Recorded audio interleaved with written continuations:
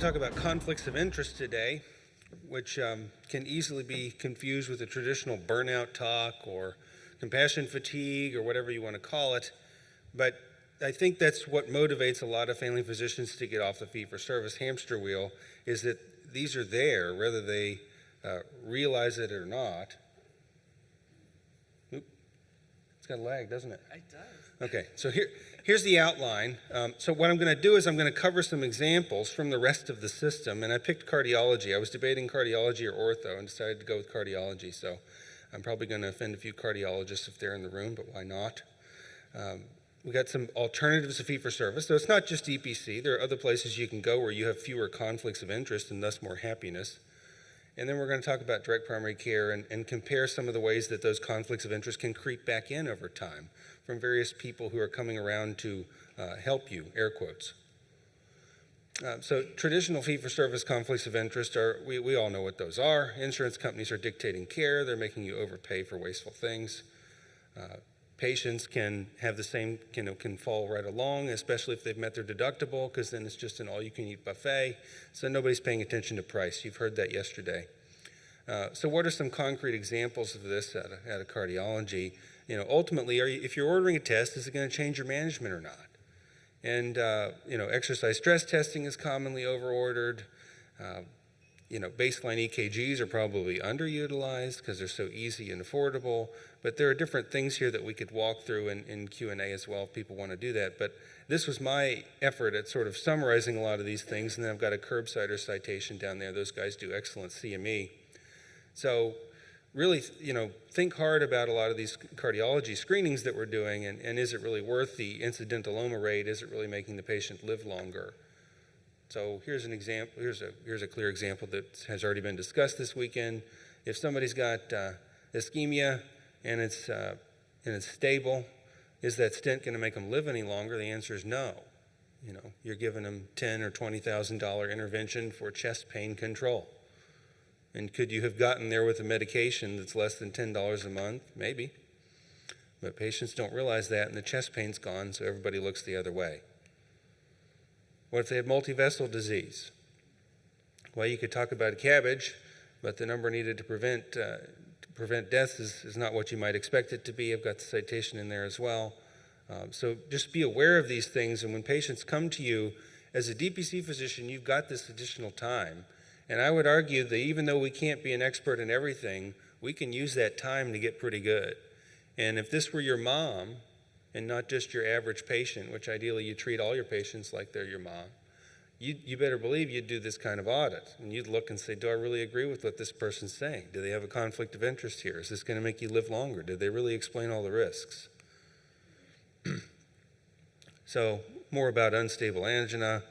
The guidance on oxygen's actually changed, which is interesting. So the old MONA thing that we learned, at least I learned in med school, is no longer accurate. Does aspirin prevent that primary heart attack? Not really. Prevents the second, third, and fourth one, but not the first one. Same thing for statins. Look at the number needed to treat. I think it's a more understandable number for most patients than the rest of the numbers we tend to throw at them from statistics. And if you have to treat 100 people with this, do they want to take it on the off chance that they're one of those 100 that might benefit? Okay, so again, this is more there for your reference. I'm going to keep going so that we have more time for Q&A. Random Acts of Medicine is an excellent book that came out within the past year, and they had a quote that I thought was worth including here, that mortality was significantly lower when patients were hospitalized during the dates of a national cardiology meeting compared with non-meeting dates. That's pretty bad. So high-risk heart failure patients had a 30-day mortality rate of about 25% on non-meeting dates, and it dropped to 17% on meeting dates. And then they go on, and they say the use of cardiac stenting fell during these meeting dates from 28.2% of high risk to 20.8% of high risk, and that, in fact, this was mainly an academic medical center phenomenon. So these places that patients are more likely to want to go because it's got some big academic, name on it, what I call next hospital syndrome, which means if I live in this tiniest town, I want to go one town over because my hospital can't be that good. And then people in the next town over want to go to the big city because they assume their hospital can't be that good. Maybe they should look at more data, because it's not always better. I think different physicians, different nurse practitioners are better or worse, but systems largely are not. The system is a system, and the people within it are what make the difference. So patients that had non-STEMIs, where the decision about whether to perform the procedure is more subjective, were less likely to receive cardiac stenting and had lower mortality rates during interventional cardiology meetings. This was a 2 percentage point reduction in mortality, and that was similar in magnitude to some of the best treatments we have for heart attacks. So pretty jaw-dropping stuff. But cardiology is not alone. This can happen in many fee-for-service sectors where you're incentivized to do as much as possible, even when maybe what you're doing isn't helping as much as you wish it would. It increases how much they get paid. It theoretically decreases their liability, because patients are much more likely to litigate down the road when some other expert says, well, I'd have done a stent, or I'd have done this. And we're the ones who get each other sued. Don't forget that. A lot of physicians, when they go, face a medical malpractice claim, they're ready to be upset with the plaintiff's attorney. You should be upset with the expert witness that's working with the plaintiff's attorney. That's your colleague who says you screwed up. It's not the attorney. But we create a lot of that with our own wrong-headed data. So there's some more summaries there in case you don't like to read the academic articles. We've got Vox USA Today as well that are cited. And isosorbide and ranolazine, that's the monthly price. Those both treat chest pain, and they're pretty good at it. Cost a lot less than a $67,000 stent.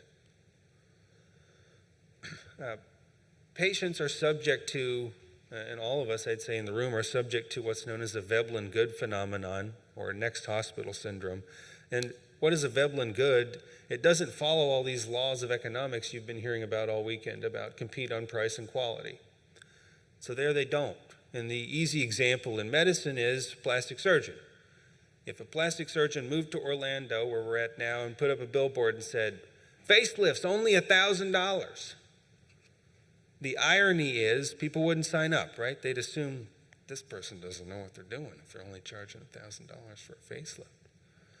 If they said, if there's one right next to it that says 20 grand facelift, then that's the one that people are interested in, because they assume that it's better. And why do they do that? Because they don't have a better way to know what's better.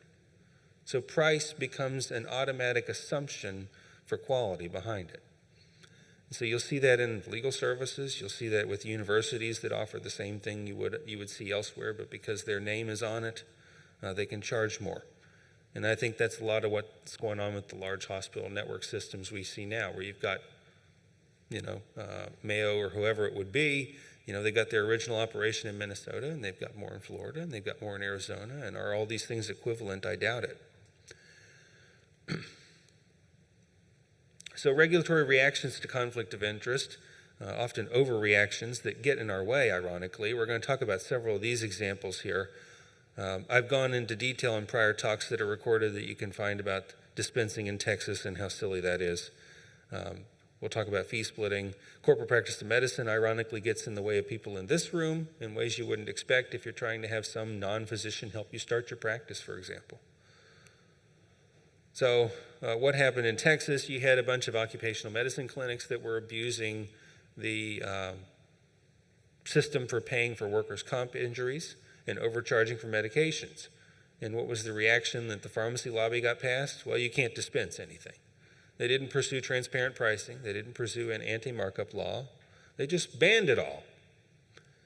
And it's in a way that's probably not constitutional if anybody would get clear up to their Supreme Court and push it all the way through.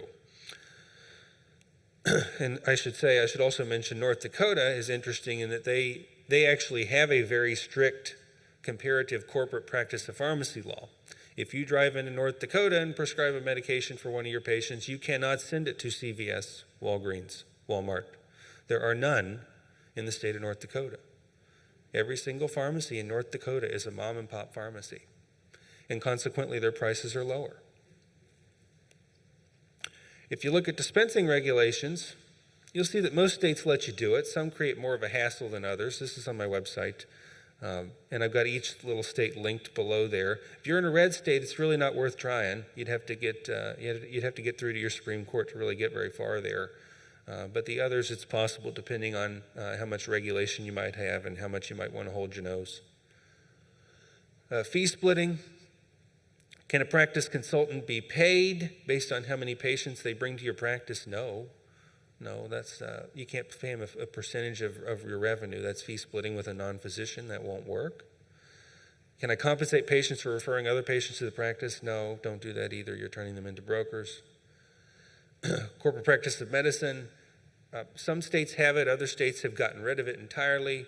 The solutions are often legally really expensive, and it can get in your way if you're trying to have somebody work with you to finance your practice who's a non-physician who wants to retain some equity going forward. So if you've got a rich uncle, a business partner who just doesn't have medical training, and they want to be an owner, you need to pay attention to CPOM. Direct billing laws, those vary across the country too. I've covered these in prior talks, but the reaction here was that there was abuse in the dermatology sector where people were being marked up. You know, you did a punch biopsy, for example, and then the dermatologist would send it to the pathologist. The pathologist would charge the dermatologist $80. The dermatologist would turn around to the patient and charge them $200, not tell them about the markup. So how did the red states react? They banned it. How did the other states react? Different ways. Some of them didn't give a hoot. Others said, you got to disclose that markup. And still more said, you can't mark it up at all. So we don't routinely hide the ball like this in DPC, but we're caught in collateral damage with these such situations where we're trying to do pass-through billing. Sunshine Act. So Dr. McCary was referencing some data out of this database last night. You can look up who's been paid and where conflicts of interest have been created now with this open payments page. So whether you're reading a study that you're skeptical about and you want to look at what the author's being paid different places, it's a good place for a reference. And you might use it when you're making referrals too to try to determine conflicts of interest.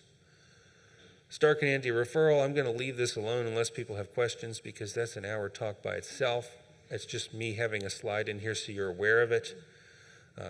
And HIPAA and Dr. Korba just discussed this quite a bit. So I'll keep moving for time purposes here. In occupational medicine, it's quite a bit different than regular family medicine if you were dedicating your practice to this category. They often don't use the term patient. They may use the term client. They're not really offering very many treatments. A lot of them are simply assessing and offering this, objective opinion that's outside the rest of the care the patient receives. And they're often outside of insurance. So they get rid of a lot of the conflicts of interest that we can face in the rest of the system, and consequently the satisfaction rates in this field are high. It may be more driven by OSHA, NIOSH, workers' comp regulations, and so you've got to have a regulatory appetite to sort of read and interpret those things, but all this is disclosed to the patient up front. And this is one thing I think occupational medicine does really well, and family medicine and internal medicine could learn from. They clearly describe what their role is, and they articulate all these potential conflicts the first interaction they have with the patient.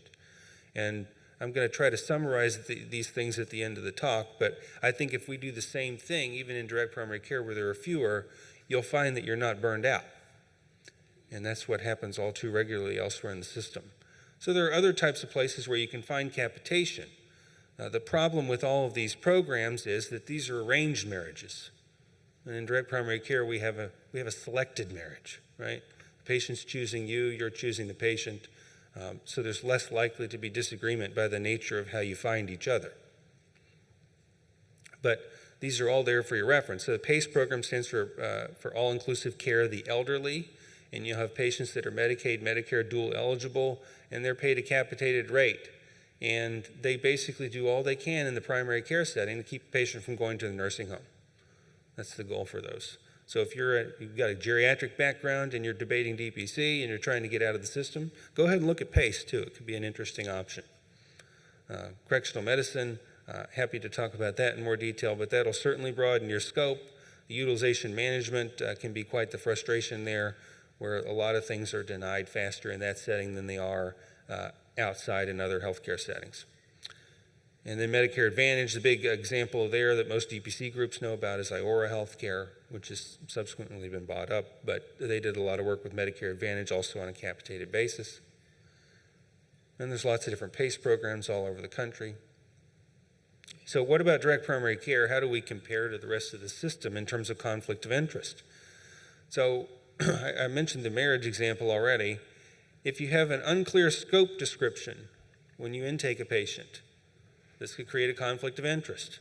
Maybe you practice in Florida and this patient used to work with Dr. Korba in Pennsylvania and they decided they don't like snow anymore. They're going to move down here. And Dr. Korba said, go see this new Florida practice. And they come in here and they think that you do everything that Dr. Korba did. And maybe every June they used to have an ingrown toenail that Dr. Korba removed and you don't like removing ingrown toenails. Or maybe she does a great job treating rheumatoid arthritis with methotrexate and you don't like to do that. So whatever the scope variance might be, you need to say that up front so they don't think they're buying something that won't cover what they want. And that might be when you're open. It might be how long your appointments are. It might be how you interact with patients. Some people do text messages. Some people hate them. Some people want email. Just tell people what you do up front. If you're going to take vacation, can you pile it all up at once? Will patients feel cheated? If your practice is small, you often can't do that. And you can have this apathy that can come into play as the practice gets larger.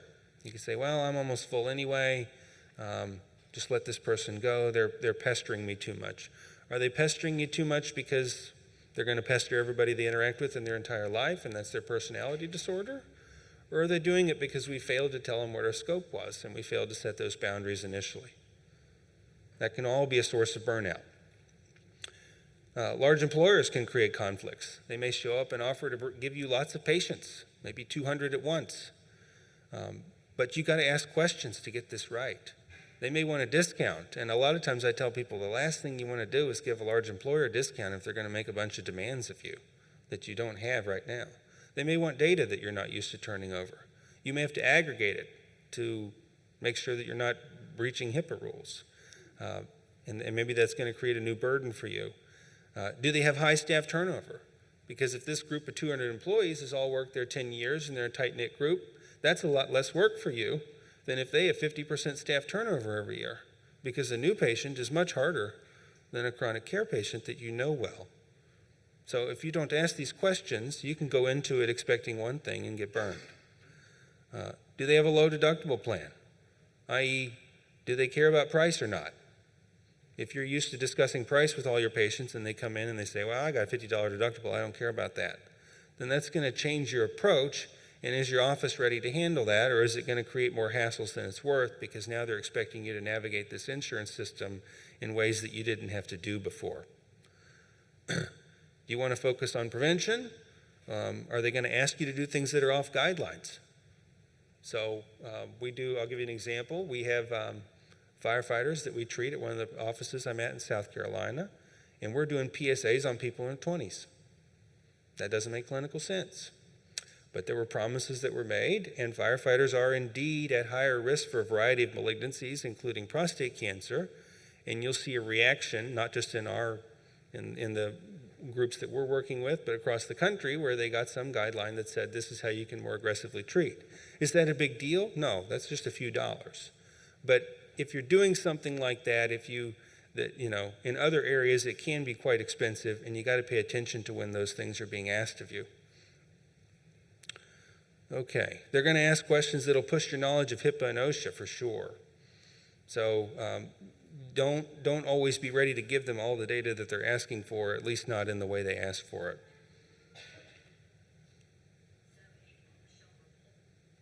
Okay, so placing consults to fee-for-service physicians. So remember, these folks are still plugged into the matrix, so you got to find a way to make sure your patients are not messed over financially. Don't expect routine discussions prior to the initial consult for the most part. See if you can improve that. But the physician's only taking on liability by having that conversation with you, especially if they fear you're documenting it in the chart. There's a reason some of the groups that offer these third-party consults prohibit you from seeing the name of the physician doing the consult. That's their effort to prevent liability. And it's their effort to dump more liability back on you if you even reference the existence of that third-party group. So I've always discouraged people from doing that, and I still do, and it creates a conflict you may not have thought of.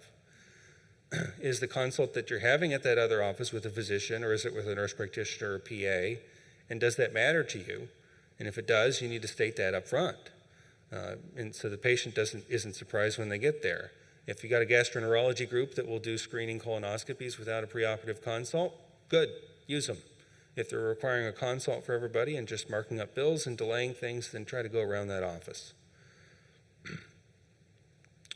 Okay, are they turning 15-minute visits into 4 or 5-minute visits to triple the cost? This is quite common. If you have the time, what you can start to do is actually attend some of these visits with your patients, which we'll talk about later. There are ways to do that over telemed. Warren v. Denter is a case worth looking up. This is out of Minnesota, but you had a nurse practitioner who called a hospitalist and presented a case, 10-minute phone call, said, hey, I think this patient might need to be admitted to the hospital. Hospital says, nah, I don't think so. They don't really need to come in here now. White cells are just up due to an inflammatory response. Sounds like they're fine to hang out with you, even though it's Friday at 4:30. I'm not going to worry about it. Okay, thanks, bye. And that gets documented. Hospitalist, of course, is not paid for this conversation. And then the nurse practitioner calls their supervising physician and was actually given the same answer from the supervising physician. And then 3 days later, there was a bad outcome where the child died. And the district court and court of appeals both said the existence of a patient-physician relationship is not a prerequisite for a malpractice action. So obviously, the nurse practitioner was understandably concerned. It was maybe clinically right. Who knows how the phone call went, whether or not it was well articulated, but the concern was correct. And both the supervising physician and a physician who's not paid anything gave the same advice. The supervising physician should be held accountable and was, but so was the hospitalist who answered the call, who wasn't paid to do any of that. So when you have that kind of verdict on the books, how much collegiality do you expect to have? You know, if you call somebody and they're not paid to talk to you, but they're incurring liability for talking to you, what are they going to do? They're going to say, go to the ER, go to the ER, go to the ER. So cases like that are why it's harder to do direct admissions, all these unintended consequences we have when we try to navigate these conflicts. Okay, so in DPC, we're already trying to minimize consults as much as we can and do broad scope, and these are examples of some of the ways that we do that in my office. So we try to do workups ourselves. We try to tee up the golf ball so that it's 1 consult instead of 3.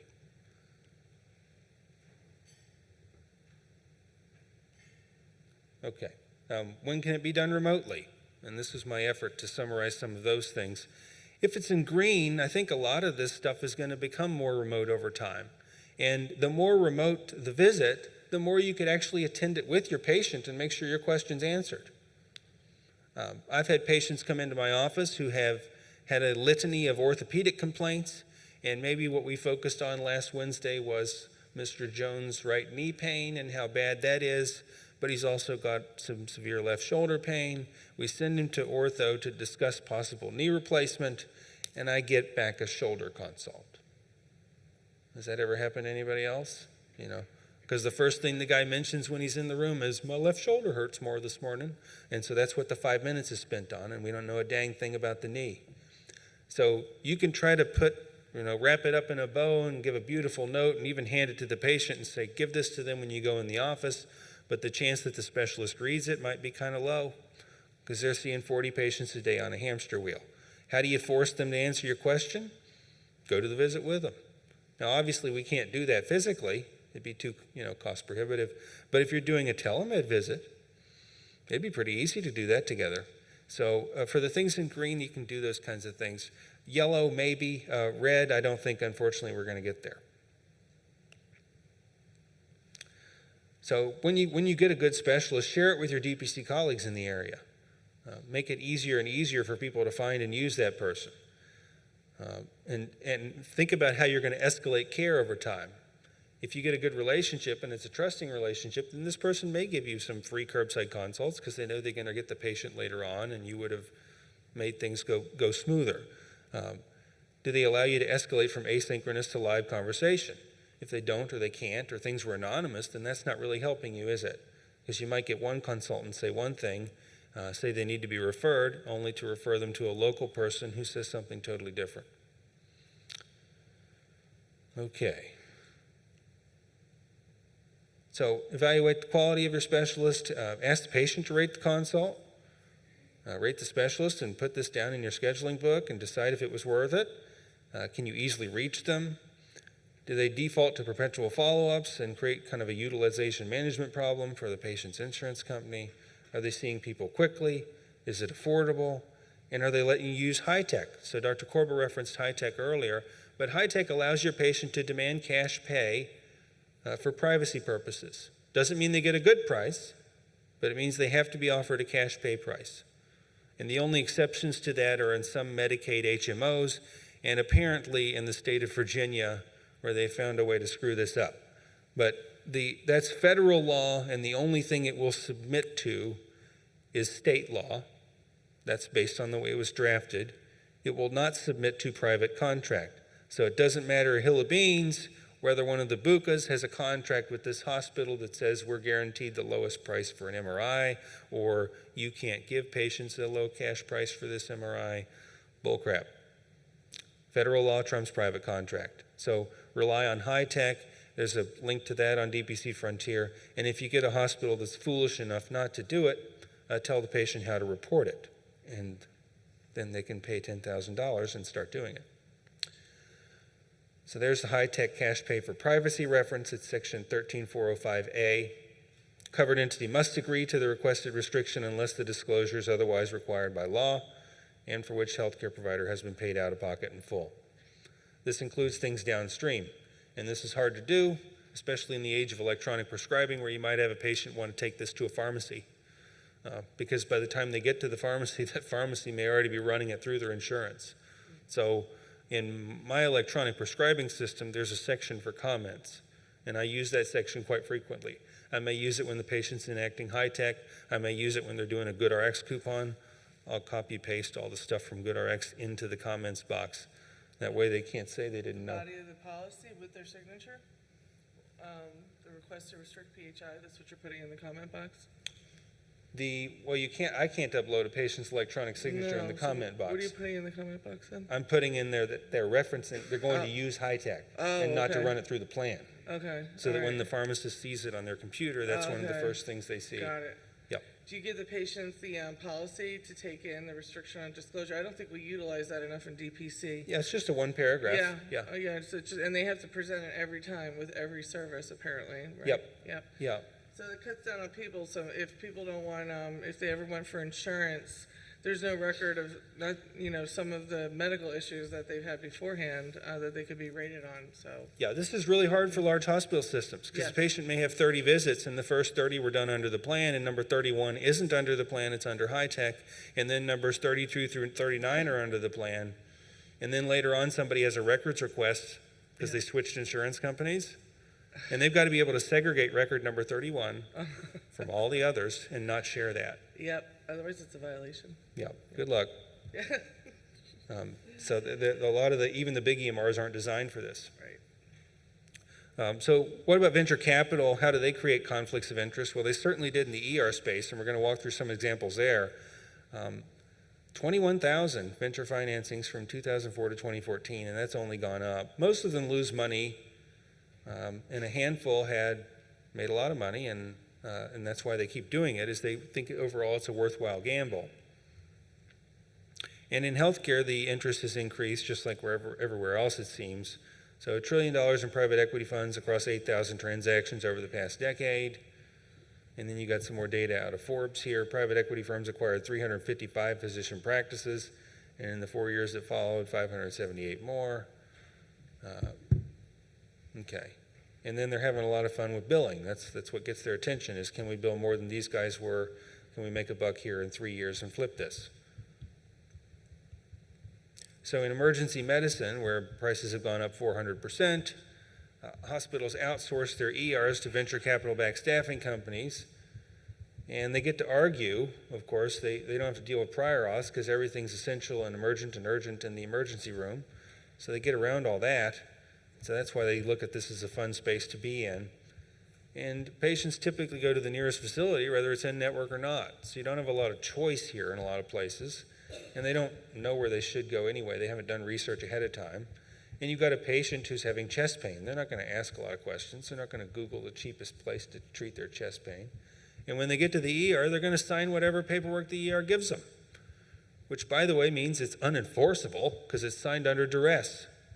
And that's the basis for the talk we heard last night, all those lawsuits in Virginia, how these hospitals were suing these poor patients that they had overcharged. That's one of the main ways you get out of a bad hospital bill. If it started at the ER, then that chain of care started with a contract that's totally useless and unenforceable and was signed under duress. If you look in detail at your DPC agreements that you probably use, especially with the Medicare piece at the end for those that are opted out, contains a variety of provisions in there that say, I don't have acute chest pain right now. Because if you're walking into a DPC practice and you're a brand new patient and you feel like you're having a heart attack, that's not a good day to sign up for direct primary care because you're under duress. You'd sign up for that if it was $1,000 a month, right? Because you can't literally get down the street to the next office at that point. You're already in too much pain. So that contract's not enforceable in that setting either. And that's why we generally don't sign contracts under duress, only that's all too common in the ER. So these venture capital staffing companies sort of take advantage of that. They replace physicians with nurse practitioners and PAs in many circumstances, and they did it because they were more affordable to employ. They did it because they could get them to order more tests, which they openly admitted later, which, by the way, increases revenue while theoretically decreasing liability, only really not doing either. So it's been really unfortunate. And how do you fight back? You get your patients to take action. So look at the guidance out of Virginia. Don't pay these bills. There are apps out there now that help you not pay parking tickets, and I think one day we'll have an app for not paying ER bills. I'd love to create that, but I'm not that good. So report this poor and unnecessary care to medical and nursing boards if you see it, and don't be bashful about pointing out that malpractice if it's there.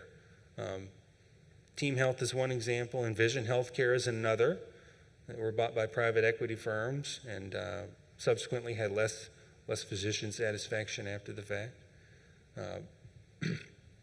43% of patients seen in ERs were staffed by ER staffing companies with non-physician owners, nearly all of whom are private equity investors. And you have that price increase, 400% in 15 years. So what's the problem with venture capital in medicine? Well, the timeline is one issue. They often have a short-term view. Patients' spending can go up in that first year, and they're not looking for that, but that's what may happen. That certainly happens in DPC. If you're doing a good job, you're identifying things. You're treating things that weren't even noticed before. You're turning that acute sinusitis visit into a chronic care visit where, oops, you have diabetes and you didn't know, and you had high blood pressure and you didn't know, and maybe you have rheumatoid arthritis and you didn't know. And now we have to treat these things, and now we have to order the echo that you've blown off for that valvular issue that we've just identified. So that first year, expect them to, you're going to be diagnosing more. It's going to cost more. You benefit from this years down the road. It's not right away. So that kind of timeline often doesn't match what venture capital is looking for. So the ER was a more natural fit, maybe fortunately, because everything is just what's happening right now. And direct primary care is a different ballgame. You may have pressure to take on contracts that aren't the right fit. Is the population size wrong? Do you think the panel size is going to be smaller or larger than it is? Is the turnover different, like we talked about earlier? Have they thought hard about the location and what that means? Sometimes you're asked to take on an agreement in a really rural location where there aren't any physician practices at all. And there could be reasons for that you don't realize at first. So how easy is it really going to be to staff? Workers' compensation focused rather than primary care focused. We've had different employers that we worked with that were advertising that they wanted broad scope direct primary care, and you get in and really what they're focused on is reducing their workers' comp claims. Nothing wrong with wanting to do that. but that's a different goal. And is their plan design too close to an HMO where people aren't incentivized to pay attention to price? Could there be bankruptcy games? So if you want to see how these are played, Google something called the Texas two-step. Johnson & Johnson did this. They started by trying to do this. Most of the efforts have failed, but for some reason, attorneys are still talking would-be business tycoons into trying this stuff, and it's been tried some in the correctional medicine space too, with what appears like mixed success. But really, the game there is you have two entities. One entity, you try and say, all right, this is my left pocket. I'm going to put my wallet in here, and in my right pocket, I'm going to put all my debt. And then I'm going to have this other entity on the right go bankrupt, and I'm going to save all the money in the entity on the left and argue that they're disconnected enough that this is possible. So instead of doing like a Chapter 11 restructure the way you should do, you've got these kinds of things that can happen in different spaces, so be aware of that. How can it hit most physicians in ways that you wouldn't expect? Med-mal. So if you're familiar with medical malpractice policies, there are basically two types out there. There's claims made, where you need to have a tail, and there's occurrence where you don't. Am I good on time? Okay. And so if you buy an occurrence policy, that's what most of us think we're buying when we buy malpractice, which means I had that policy in place today. If I hit the pick 6 and I retire to Hawaii tomorrow, and there's not a claim for another year and a half, it'll pay that out. If I had claims made and I turned it off now because I hit the pick 6, then a year and a half later when that claim shows up, I'm on the hook for that personally unless I bought a tail policy. You with me? So what do these large groups do? They have a claims made policy with a built-in tail. It's a group claims made policy. So as long as the group exists, to the individual physician, it looks like an occurrence policy. Because the group exists even when you come in, you work there for 5 years, you leave, the group is still there, it's still paying the policy. So they've built it in your tail. What happens if the group goes bankrupt? Nobody's paying for that tail, right? There's no more tail built in. And that's what happened in Hahnemann. If anybody followed that, when their hospital closed, and fortunately the bankruptcy judge said, all right, even though you only have so much money to go around, we're going to let whatever it was, $8 or $10 million, go to pay for the rest of this tail for all your physicians and residents that would have been left holding the bag. So, whatever your model, identify all the conflicts of interest you can. Follow the money. Eliminate as many conflicts of interest as possible. We all do that in DPC by cutting out third-party payers and ditching those fee-for-service setups and focusing more on chronic care that makes patients live longer. But you can't eliminate everything. And so for the conflicts you can't eliminate, you need to describe them. Otherwise, they stay there and they fester, and they become a source for burnout that's, prohibiting you from really caring for your patients as well as you could. So in DPC, the biggest thing is really getting into lots of detail about what your scope is and is not, and then deciding how far you're going to partner with different groups, be it large employers, small employers, venture capital, some sort of non-physician owner, whatever that might be.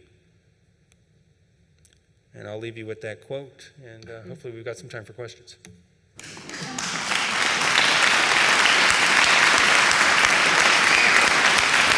So thank you both. Obviously, drinking from the fire hose when it comes to these topics. So I'm going to just ask a personal quick question.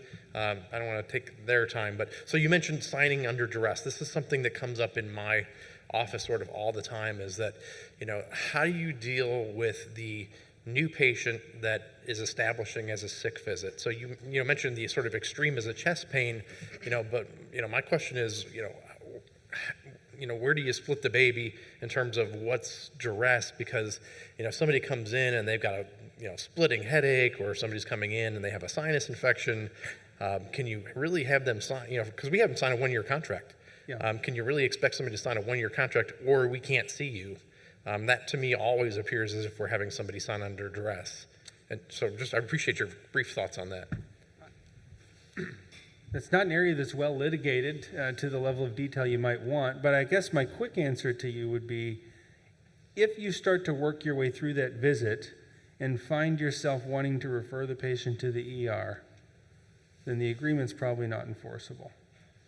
If you get through the end of it and there's no ER recommendation coming from your mind, then it's probably okay. So if we take your example of a severe migraine headache, if you check their blood pressure and it's 130/85, not a big deal. If it's 195/125, probably not a good day to sign the DPC agreement, because if you're, trying to avoid that hypertensive urgency, and there's kind of a scenario here where you might see them going to the ER if they have signs of end organ damage, then less likely to work.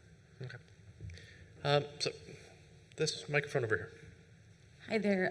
Good morning. Thank you for being here. My question is for Dr. Eskew. I'm not very well versed in some of these things because I'm a PGY3, but so I have a two-part question. So one is in Texas, I'm still kind of confused about the use of the HSA to pay for the DPC fee. That's one thing. And then secondly, when it comes to the non-competes, with regards to the scope and the geographic limitations, I'm gonna give an example. So say as a side job, I decide to work for an urgent care facility. I'm just gonna name a random one, say Baylor Scott and White, because that is urgent care and I would be practicing primary care under DPC. Does that mean that I can per se do both without, how do you say, it not being illegal? And then the whole geographic limitation, does that apply? Because Baylor Scott and White has different facilities. So is it under the name Baylor Scott and White, meaning that if the facility I work for is 15 to 19 miles away from where I live, or my primary location is going to be for practice, my private practice, does the limitation is for say 5 to 10 miles from? Right. Yeah. I got you. Thank you. So your first question is actually more of a federal law question than a state. So states do piggyback on federal law for what counts or doesn't count for an HSA. And that's an entirely different talk that Lee and I have had too many times.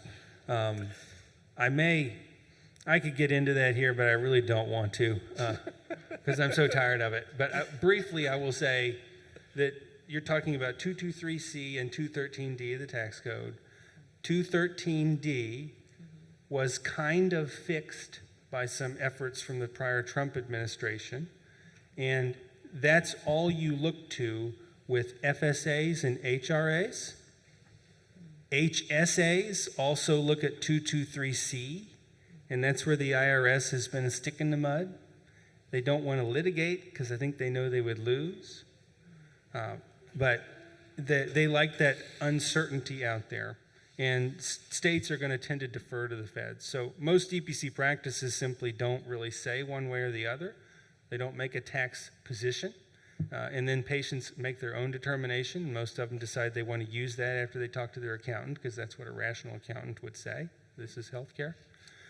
So it usually becomes more of an issue with large employers than with individual patients.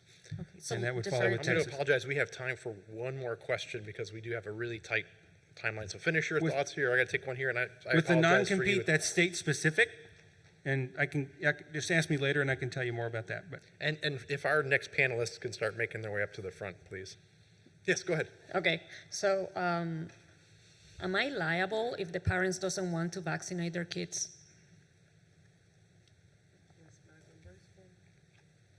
Have them sign in against a vaccine against a form that states that they're aware of the risks of not vaccinating. So they have to sign that? Yes. Okay.